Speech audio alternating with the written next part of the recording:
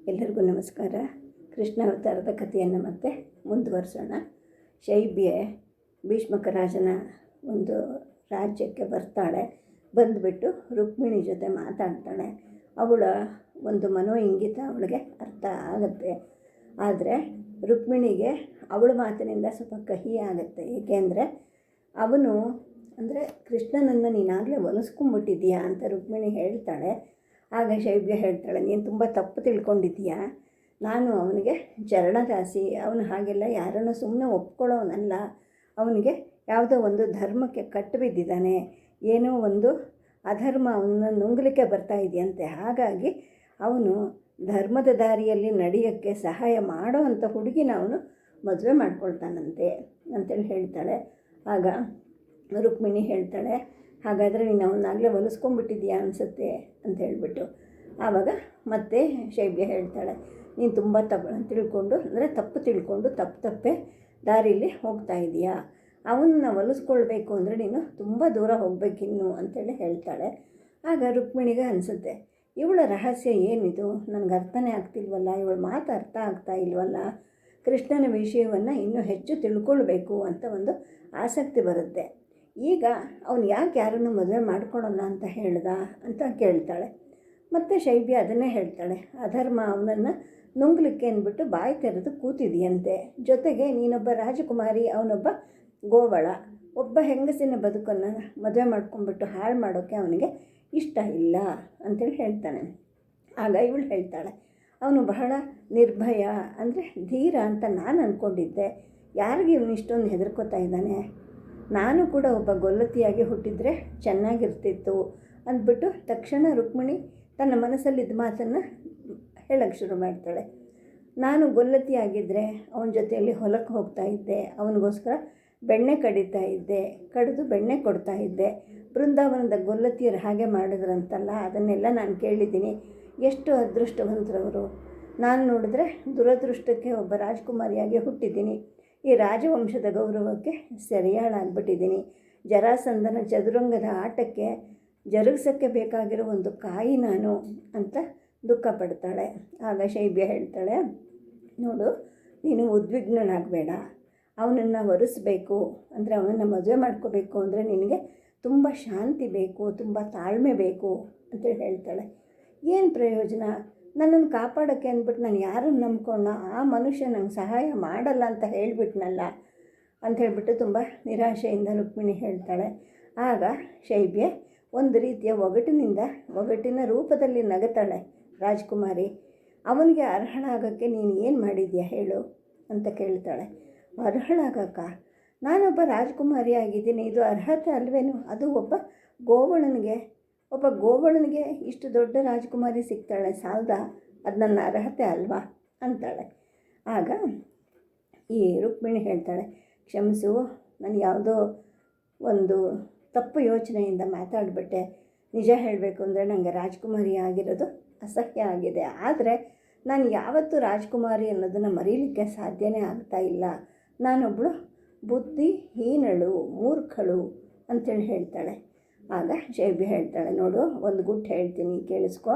ನಿನ್ನ ಹೃದಯ, ನಿನ್ನ ಪ್ರಾಣ ಸಮಸ್ತನೂ ಅವನನ್ನು ಬಯಸೋದಾದರೆ ಅವನು ನಿಜವಾಗ್ಲೂ ಸಹಾಯ ಮಾಡ್ತಾನೆ. ತನ್ನನ್ನು ಯಾರು ನಂಬುತ್ತಾರೋ ಅವ್ರಿಗೆ ಅವನು ನೆರವಾಗ್ತಾನೆ ಅಂತ ಹೇಳ್ತಾಳೆ. ಆಗ ಇವಳು ಹೇಳ್ತಾಳೆ, ಅಂದರೆ ನಾನು ಅವನ ಸಹಾಯವನ್ನು ಖಂಡಿತ ಬಯಸಿದ್ದೀನಿ, ಅವನಿಗಿದು ಗೊತ್ತಾಗ್ತಾ ಇಲ್ವಾ ಅಂತ ಕೇಳ್ತಾಳೆ.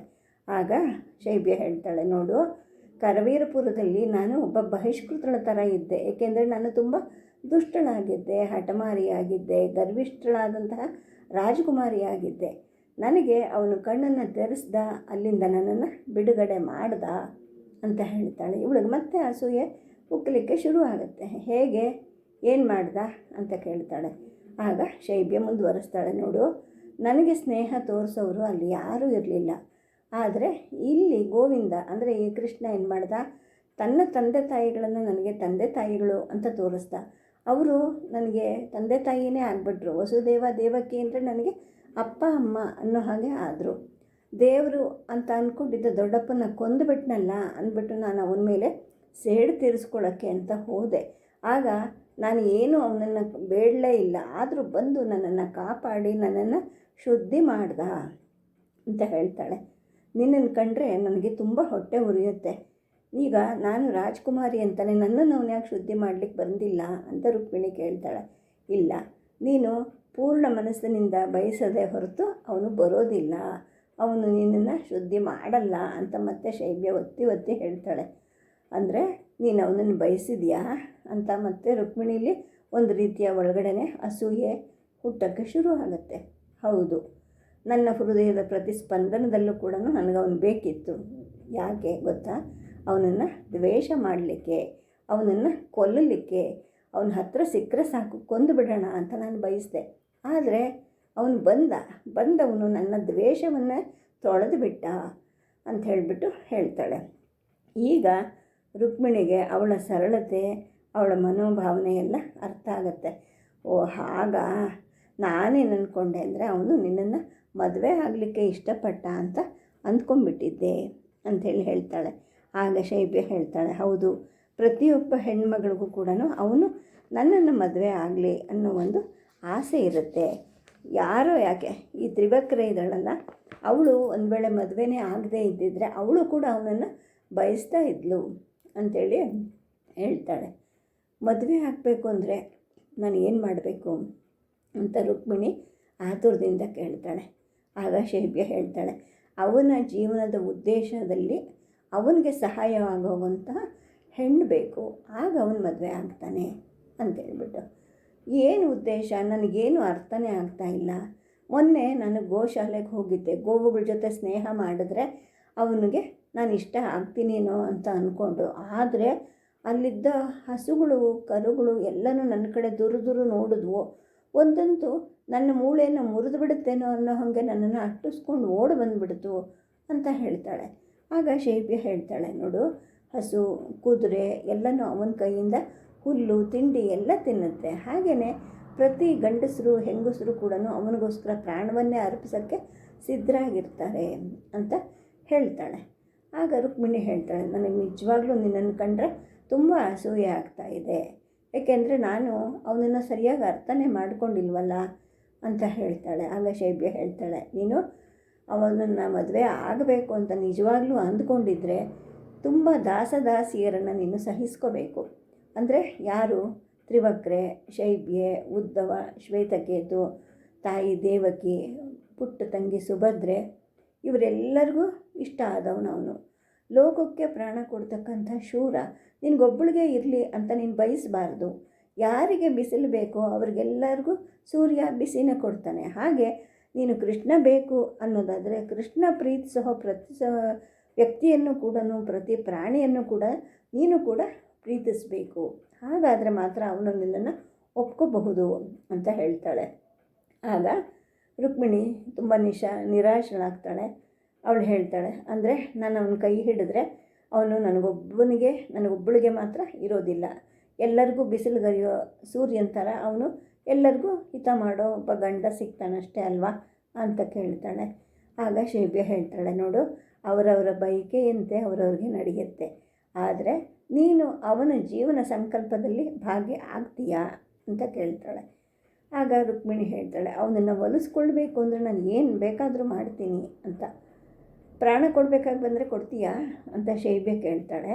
ಹೌದು, ಅವನ ಜೀವನ ಸಂಕಲ್ಪ ಏನು ನನಗೇನು ಗೊತ್ತಿಲ್ವಲ್ಲ ಅಂಥೇಳಿ ರುಕ್ಮಿಣಿ ಹೇಳ್ತಾಳೆ. ಶೈಬ್ಯ ಹೇಳ್ತಾಳೆ, ಈ ಪ್ರಪಂಚದಲ್ಲಿ ಅಂದರೆ ಈ ಲೋಕದಲ್ಲಿ ಧರ್ಮ ಸಂಸ್ಥಾಪನೆ ಮಾಡೋಕ್ಕೆ ಅಂತ ಅವನು ಬಂದಿದ್ದಾನೆ ಅಂತ. ಆಗ ರುಕ್ಮಿಣಿ ಹೇಳ್ತಾಳೆ, ಹಾಗಾದರೆ ನಾನು ಪೂರ್ತಿ ಅನರ್ಹಳಾಗ್ತೀನಿ, ಏಕೆಂದರೆ ನನಗೆ ಧರ್ಮ ಅಂದರೆ ಏನು ಅಂತಲೇ ಗೊತ್ತಿಲ್ವಲ್ಲ ಅಂತ ಹೇಳಿದಾಗ ಶೈಬ್ಯ ಹೇಳ್ತಾಳೆ, ನಿನಗೆ ಗೊತ್ತಿಲ್ಲದೆ ಇರ್ಬೋದು, ಆದರೆ ಆ ಧರ್ಮವನ್ನು ನೀನೇ ನಾಶ ಮಾಡಿ ನೆರವಾಗಬಹುದು ಅಂತ ಹೇಳ್ತಾಳೆ. ಅಂದರೆ ನಾನು ಪೂಜ್ಯ ಪರಶುರಾಮರ ಥರ ಗಂಡು ಗೊಡಲೆ ಹಿಡ್ಕೊಂಡು ದುಷ್ಟರಾಜರ ತಲೆ ಕಡಿಬೇಕಾ ಅಂತ ಇವಳು ಕೇಳ್ತಾಳೆ. ನೋಡು, ನೀನು ಅಧರ್ಮದ ಜೊತೆಗೆ ಹೋರಾಡಬಹುದು, ಅದಕ್ಕಿಂತ ಬಲವಾದ ಸಾಧನ ನಿನ್ನಲ್ಲಿ ಇದೆ. ಆಯಿತು, ಈಗ ಧರ್ಮಕ್ಕೆ ಕಡು ವೈರಿ ಯಾರು ಹೇಳು ನೋಡೋಣ ಅಂತ ಕೇಳ್ತಾಳೆ ಶೈಬ್ಯ. ನಮ್ಮಣ್ಣ ಅಂತ ತಕ್ಷಣ ರುಕ್ಮಿಣಿ ಹೇಳ್ತಾಳೆ. ನೋಡು, ನೀನು ತಿಳ್ಕೊಂಡಿರೋದು ತಪ್ಪು. ನಿಮ್ಮಣ್ಣ ಒಂದು ಸಣ್ಣ ಸೊಳ್ಳೆ ಥರ. ನಿಜವಾದ ವೈರಿ ಅಂದರೆ ಜರಾಸಂಧ. ಅವನಿಗೆ ಧರ್ಮ ಅಂದ್ರೇ ತಿರಸ್ಕಾರ. ತನ್ನ ಜನರ ಬೆವರನ್ನು ಸುರಿಸಿ ನೆತ್ರ ಹೀರಿ ಬದುಕುವಂತಹ ದುಷ್ಟ ಅವನು. ರಾಜರನ್ನು ಗುಲಾಮರನ್ನಾಗಿ ಮಾಡಿಕೊಡ್ತಾನೆ, ಇಲ್ಲ ನಾಶ ಮಾಡ್ತಾನೆ. ದುಷ್ಟರಿಗೆ, ದುರ್ಜನರಿಗೆ, ಕಾಮುಕರಿಗೆ ಆಶ್ರಯ ಕೊಡ್ತಾನೆ. ತಪೋನಿಷ್ಠರಿಗೆಲ್ಲ ಶತ್ರುವಾಗಿದ್ದಾನೆ ಅಂತ ಹೇಳಿಬಿಟ್ಟು.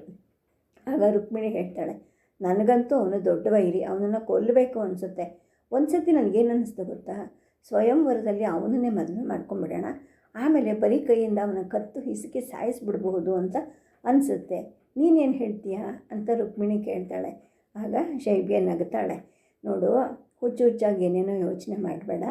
ಕೃಷ್ಣನ ಸಂಕಲ್ಪಕ್ಕೆ ನಿನಗೆ ನೆರವಾಗಬೇಕು ಅಂತ ನಿನ್ನ ಮನಸ್ಸಲ್ಲಿ ಇರೋದಾದರೆ ನೀನು ಏನೇ ಆದರೂ ಆ ಶಿಶುಪಾಲನನ್ನು ನಾನು ಮದುವೆ ಆಗೋದಿಲ್ಲ ಅಂತ ನಿಶ್ಚಯ ಮಾಡ್ಕೋ ಅಂತ ಹೇಳಿದಾಗ, ಅಯ್ಯೋ ಆ ಮೂರ್ಖ ಚೇದಿ ರಾಜ್ಕುಮಾರನ್ನು ನಾನು ಮದುವೆ ಆಗೋದೇ ಇಲ್ಲ ಅಂಥೇಳಿ ಹೇಳ್ತಾಳೆ. ಅಂದರೆ ಕೆಟ್ಟ ಗಂಡನನ್ನು ಬಿಟ್ಟು ಒಳ್ಳೆ ಗಂಡನನ್ನು ಆರಿಸ್ಕೊಂಡಂಗೆ ಆಯಿತು. ಹೀಗೆ ಮಾಡಿದ್ರೆ ಕೃಷ್ಣನಿಗೆ ಇಷ್ಟ ಆಗೋದಿಲ್ಲ ಅಂತ ಶೈಬ್ಯ ಹೇಳ್ತಾಳೆ. ಮತ್ತು ಏನು ಮಾಡಬೇಕು ನಾನು ಹೇಳು ಅಂತ ಇವಳು ರುಕ್ಮಿಣಿ ರಾಗವಾಗಿ ಕೇಳ್ತಾಳೆ. ಆಗ ಶೈಬ್ಯ ಹೇಳ್ತಾಳೆ, ನೋಡು, ಈ ಕಪಟ ಸ್ವಯಂವರ ಏನು ನಡೀತಾ ಇದೆ ಅದನ್ನು ಬಯಲಿಗೆ ಎಳಿಬೇಕು. ಎಳೆದ್ಬಿಟ್ಟು ಇಡೀ ಪ್ರಪಂಚಕ್ಕೆ ಇವರು ಮಾಡ್ತಾ ಇರತಕ್ಕಂತಹ ಮೋಸವನ್ನು ನೀನು ತೋರಿಸ್ಬೇಕು ಅಂತ ಹೇಳ್ತಾಳೆ. ಆಗ ರುಕ್ಮಿಣಿ ಹೇಳ್ತಾಳೆ, ಹಾಗೆ ಮಾಡಿಬಿಟ್ರೆ ನನಗವನು ಸಿಗ್ತಾನಾ ಅಂತ. ಸಿಗ್ತಾನೆ, ನೀನು ಅವನನ್ನು ಸರಿಯಾಗಿ ತಿಳ್ಕೊಂಡಿದ್ರೆ ಅವನು ಬಂದೇ ಬರ್ತಾನೆ. ಆದರೆ ನಿನಗೆ ಅಂತಲೇ ಬರ್ತಾನೆ ಅಂತ ನೀನು ಅಂದ್ಕೋಬೇಡ.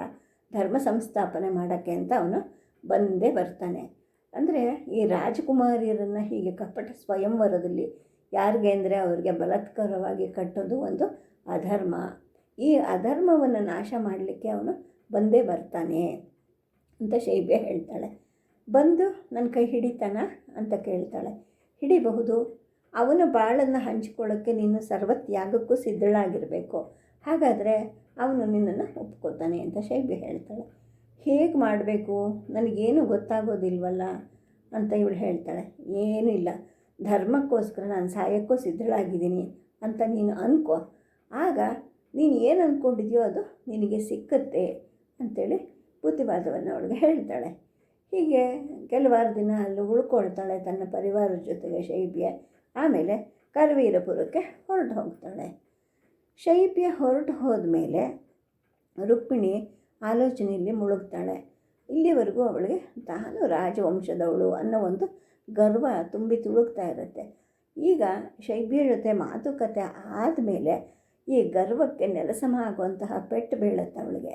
ಕೃಷ್ಣನಲ್ಲಿ ಅವಳಿಗೆ ಅನುರಾಗ ಇರುತ್ತೆ, ಮೋಹ ಇರುತ್ತೆ, ಅವನ ಪವಾಡಗಳ ಬಗ್ಗೆನೂ ಅವಳಿಗೆಲ್ಲ ಗೊತ್ತಿರುತ್ತೆ.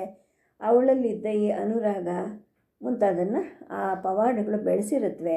ತನ್ನ ಅಪ್ಪನನ್ನು ತಾತನನ್ನು ಒಪ್ಪಿಸಿ ತಾನು ಅವನನ್ನು ಮದುವೆ ಮಾಡಿಕೊಳ್ಬೇಕು, ಇದಕ್ಕೆ ಯಾರೂ ಬೇಡ ಅನ್ನೋದೇ ಇಲ್ಲ ಅಂತೇಳಿ ಅವಳು ತಿಳ್ಕೊಂಡಿರ್ತಾಳೆ. ಜೊತೆಗೆ ತಾನೊಬ್ಬ ರಾಜಕುಮಾರಿ, ಆ ಕೃಷ್ಣ ಒಬ್ಬ ಯಾದವ ಸರದಾರನ ಒಬ್ಬ ಎರಡನೇ ಮಗ. ಹಾಗಾಗಿ ಅವನು ಗೋಪಾಲ ಅಥವಾ ದನ ಕಾಯೋನು ಅಂತ ತಿರಸ್ಕಾರದಿಂದ ಎಲ್ಲರೂ ಕರೆಯುವಂತಹ ಈ ಸರದಾರನ ಮಗ ಮದುವೆಗೆ ಬಾ ಅಂದ ತಕ್ಷಣ ಓಡಿ ಬಂದುಬಿಡ್ತಾನೆ ಅಂತ ಇವಳು ಅಂದ್ಕೊಂಡಿದ್ಲು. ಈಗ ಅವಳಿಗೆ ಒಂದು ರೀತಿಯ ಅವಮಾನ ಆದಂಗೆ ಆಯಿತು. ದನ ಕಾಯೋನ ಕಾಲಿಗೆ ಬಿದ್ದಳು. ಅವನು ಕಾಲಿಂದ ಒದ್ದ. ತನ್ನ ಉನ್ನತ ಸ್ಥಾನದಿಂದ ಕೆಳಗಿಳಿದಿದ್ದಕ್ಕೆ ತನಗೆ ಶಕ್ತಿ ತಕ್ಕ ಶಾಸ್ತ್ರಿ ಆಯಿತು ಅಂಥೇಳ್ಬಿಟ್ಟು ಒಂದು ಗಳಿಗೆ ಅಂದ್ಕೊತಾಳೆ. ಅಂದರೆ ಅವಳ ಮನಸ್ಸಿನಲ್ಲಿ ತುಂಬ ಒಂಥರ ಅಹಂಕಾರ ಇರುತ್ತೆ. ತಾನು ದೊಡ್ಡ ರಾಜಕುಮಾರಿ, ತನ್ನನ್ನು ಮದುವೆ ಮಾಡ್ಕೊಳ್ಳೋಕ್ಕೆ ಅವನೇ ಓಡಿ ಬರ್ತಾನೆ ಅಂತೆಲ್ಲ ತಿಳ್ಕೊಂಡಿರ್ತಾಳೆ. ಹಾಗಾಗಿ ಅವಳು ಶ್ವೇತಕೇತುವಿನ ಹತ್ರ ಹೇಳಿ ಕಳಿಸಿರ್ತಾಳೆ, ನೀನು ಬಂದು ನನ್ನ ಮದುವೆ ಮಾಡ್ಕೊ ಅಂತ. ಆದರೆ ಅವನು ಒಪ್ಪೋದೇ ಇಲ್ಲ. ನನಗೆ ಒಂದು ಹುಡುಗಿಗೋಸ್ಕರ ಇಡೀ ಮಧುರೆಯನ್ನು ನಾಶಕ್ಕೆ ಒಡ್ಡಬೇಕಾಗತ್ತೆ. ಏಕೆಂದರೆ ನಾನು ಅವಳನ್ನು ಮದುವೆ ಮಾಡಿಕೊಂಡ್ರೆ ಜರಾಸಂಧ ತನ್ನ ಸೈನ್ಯದ ಸಮೇತ ಬಂದು ನಮ್ಮ ಯಾದವರನ್ನೆಲ್ಲನೂ ನಾಶ ಮಾಡ್ತಾನೆ. ಜೊತೆಗೆ ಮಧುರೆಯನ್ನು ಕೂಡ ನೆಲಸಮ ಮಾಡಬಹುದು. ಒಬ್ಬ ಹುಡುಗಿಗೋಸ್ಕರ ನಾನು ಇದಕ್ಕೆ ತಯಾರಿಲ್ಲ. ಎಲ್ಲಿ ಅಧರ್ಮ ಇರುತ್ತೋ ಆ ಅಧರ್ಮವನ್ನು ನಾಶ ಮಾಡೋಕ್ಕೆ ನಾನು ಬರ್ತೀನಿ ವಿನ ಒಬ್ಬ ಹುಡುಗಿಗೋಸ್ಕರ ನಾನು ಬರೋಲ್ಲ ಅಂತ ತನ್ನ ಮನದ ಇಂಗಿತವನ್ನು ಅವನು ತಿಳಿಸಿರ್ತಾನೆ.